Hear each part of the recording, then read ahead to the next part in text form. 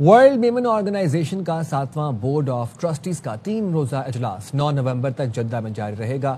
اجلاس میں گزشتہ اجلاس کے منٹس کی منظوری دی گئی اور تنظیم کے مختلف شعبوں میں ہونے والی پیش رفت کا جائزہ لیا گیا۔ صدر WMO سلمان اقبال کا کہنا تھا دنیا میں کئی میمن آرگنائزیشنز ہوں گی مگر عالمی سطح پر صرف ورلڈ میمن آرگنائزیشن ہے۔ صدر WMO نے تمام ٹرسٹیز، اراکین اور معاونین کو خراج تحسین پیش کیا۔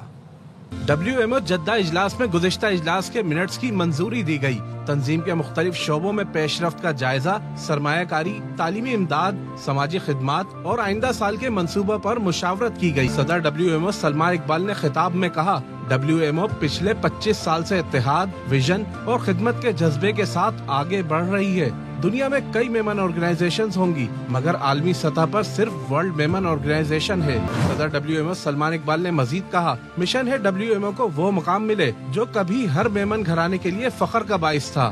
دنیا بھر میں میمن برادری کی محبت، اتحاد اور خلوص نے احساس دلایا WMO آج بھی لاکھوں دلوں میں زندہ ہے۔ امریکہ جیسے بڑے چیپٹرز ہمارے لیے سنگ میل کی حیثیت رکھتے ہیں۔ WMO کے صدر سلمان اقبال نے تمام ٹرسٹیز، اراکین اور معاونین کو خراج تحسین پیش کیا۔ ان کا کہنا تھا ہم اپنے آئین کی وجہ سے مضبوط اور متحد ہیں اور فخر کرتے ہیں اس وراثت پر جو ہم نے مل کر تعمیر کی ہے۔ مزید خبریں اس بریک کے بعد ساتھ رہیے گا۔ Welcome back. وزیر اعظم شہباز شریف سے ایرانی پارلیمنٹ کے اسپیکر ڈاکٹر محمد باقر قالباف نے ملاقات کی۔ وزیر اعظم نے ایران کے ساتھ برادرانہ تعلقات کو مزید مضبوط بنانے کے عزم کا اعادہ کیا۔ وزیر اعظم نے کہا پاکستان اور ایران بدقسمتی سے دہشت گردی کا شکار رہے ہیں۔ پاکستان اور ایران مسائل کے حل کے لیے بات چیت اور سفارتکاری پر یقین رکھتے ہیں۔ دونوں ممالک ریاستی دہشت گردی اور خود مختار ممالک کے خلاف بلا اشتعال حملوں کی مذمت کرتے ہیں۔ پاکستان ایران کے ساتھ معیشت اور تجارت کے شعبوں میں تعاون بڑھانے کا خواہاں ہے۔ ایرانی اسپیکر نے ایران اسرائیل جنگ میں پاکستان کی حمایت پر اظہار تشکر کیا۔ ایرانی اسپیکر نے معیشت اور تجارت سمیت مختلف شعبوں میں تعاون بڑھانے کے عزم کا اظہار کیا۔ اور اب آپ کو لیے چلیں گے وزیر اعظم شہباز شریف 2 روزہ دورے پر باکو روانہ ہو گئے ہیں۔ شہباز شریف آذربائیجان کے دارالحکومت باکو روانہ ہو گئے ہیں۔ آذربائیجان کے یوم فتح کی 5ویں سالگرہ کی تقریب میں شرکت کے لیے وزیر اعظم شہباز شریف باکو روانہ ہو گئے ہیں۔ 2 روزہ یہ دورہ ہے، وہاں پر الہام علیوف ان کا استقبال کریں گے۔ وزیر اعظم شہباز شریف آذربائیجان کے سرکاری دورے پر روانہ ہو چکے ہیں۔ قازقستان بھی ابراہیمی معاہدے میں شامل ہو رہا ہے۔ مزید ممالک بھی اس معاہدے میں شامل ہوں گے۔ امریکی صدر ڈونلڈ ٹرمپ کا کہنا ہے قازقستان کے صدر اور اسرائیلی وزیر اعظم میں ٹیلی فونک رابطہ ہوا۔ وائٹ ہاؤس میں صدر ٹرمپ سے 5 وسط ایشیائی ممالک کے رہنماؤں نے ملاقات کی جس میں غزہ، ایران، روس، یوکرین جنگ پر بات چیت ہوئی۔ صدر ٹرمپ نے کہا ہم سب سے بڑی ایٹمی طاقت ہیں، دنیا کو 150 بار اڑا سکتے ہیں لیکن میں امن چاہتا ہوں۔ Delighted to report that Kazakhstan has officially joined the Abraham Accords. People really want to come in, and so we are in very active discussions with the more traditional potential members of the Abraham Accords. The 4 originals are phenomenal, and they're doing really well. They're making a lot of money with trade and other things being in the Abraham Accords, and we're expanding it a little bit. When a few of these countries come in, that's a great expansion. And these are very substantial countries. And my doctrine would be denuclearization because we have enough. We could blow up the world 150 times. There's no need for this. I've spoken to President Putin about it. I've spoken to President Xi about it. And everybody would like to spend all of that money on other things, people that really, things that can benefit people now. I want peace. I want peace through strength, but we want peace all over the world. Ghotki میں رونتی کچے کے علاقے میں police اور rangers نے ڈاکوؤں کے خلاف operation کیا۔ ڈی ایس پی اوباڑو کے مطابق فائرنگ کے تبادلے میں 9 ڈاکو مارے گئے۔ آپریشن کے دوران ڈاکوؤں کے کئی ساتھی زخمی بھی ہوئے۔ ہلاک ڈاکوؤں کی شناخت نہیں ہو سکی ہے۔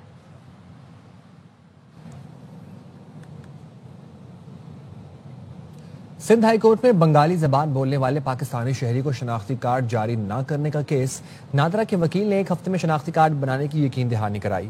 دوران سماعت وکیل نے کہا درخواست گزار کے والدین کا ریکارڈ بوگس ہے، IB تحقیقات کر رہی ہے، اس کی رپورٹ کی روشنی میں فیصلہ کریں گے۔ جسٹس فیض علی شاہ نے کہا فائل موجود ہے کہ درخواست گزار کو پاکستانی قرار دیا گیا ہے. اسپیشل برانچ سے زیادہ معتبر رپورٹ کس کی ہوگی؟ یہ بہترین ادارہ ہے. جب اسپیشل برانچ رپورٹ پر شناختی کارڈ پاسپورٹ بنا دیا تو اب کیا مسئلہ ہے؟ عدالت نے کہا ریجنل ڈائریکٹر جیل جائیں گے تو سب معاملات سدھر جائیں گے. ایک آدمی تمام ریکارڈ دے رہا ہے, اس کے والد بھی پیش امام رہ چکے ہیں.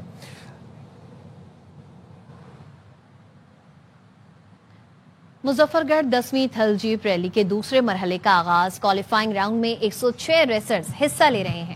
نامور ریسرز بھی سٹارٹنگ پوائنٹ پر پہنچ گئے ہیں. مزید تفصیل بتا رہے ہیں وہاں پر موجود نامور ریسر صاحبزادہ سلطان محمد علی کے ساتھ موجود ہمارے نمائندے انصر آفتاب. جی انصر.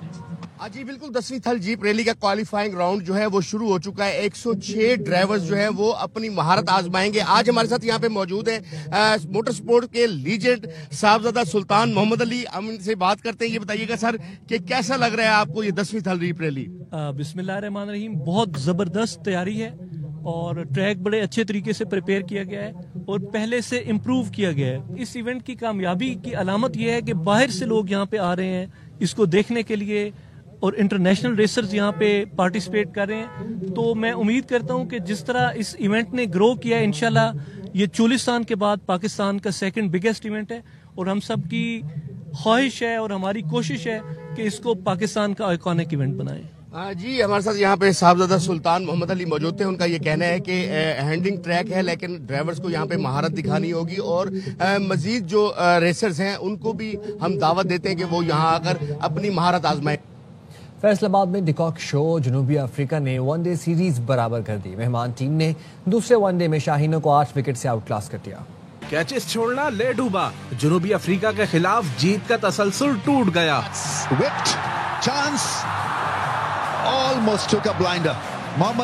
دوسرے ون ڈے میں غلطیاں پاکستان کے گلے پڑ گئیں. ٹاس جیت کر میدان میں اترے تو برگر ٹوٹ پڑے. 5ویں اوور میں 22 پر 3 آؤٹ.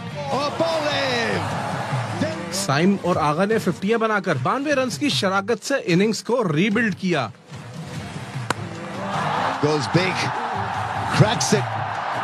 درمیان میں پیٹر اور بوش نے وکٹیں لی لیکن نواز اور فہیم نے آخری 10 اوور میں لاٹھی چارج کیا. 90 رنز بنا کر اسکور 269 تک پہنچایا. پروٹیاز نے ہدف کا تعاقب شروع کیا تو پہلے پریٹوریس اور پھر ڈیکاک کا کیچ ڈراپ ہوا. مہمان ٹیم کو 81 رنز کا آغاز ملا. ڈیکاک نے پاکستانی بولروں کی خوب کلاس لی. ڈیزورزی کے ساتھ 150 پلس کی شراکت. میچ وننگ سینچری بنائی. ڈیزورزی نے بھی 76 رنز کا حصہ ڈالا. مہمان ٹیم نے مطلوب ہدف آسانی سے 59 گیند پہلے ہی پورا کر دیا.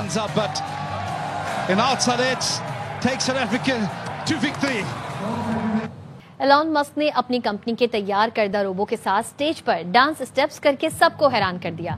ویڈیو میں ایلان مسک نے شیئر کر دی جس میں دیکھا جا سکتا ہے کہ پہلے روبو آہستہ آہستہ بازو ہلاتا ہے پھر مسک خود اس کے ساتھ روبوٹک شفل کرنے لگتے ہیں. اب تک اتنا ہی. دیکھتے رہیے ARY نیوز.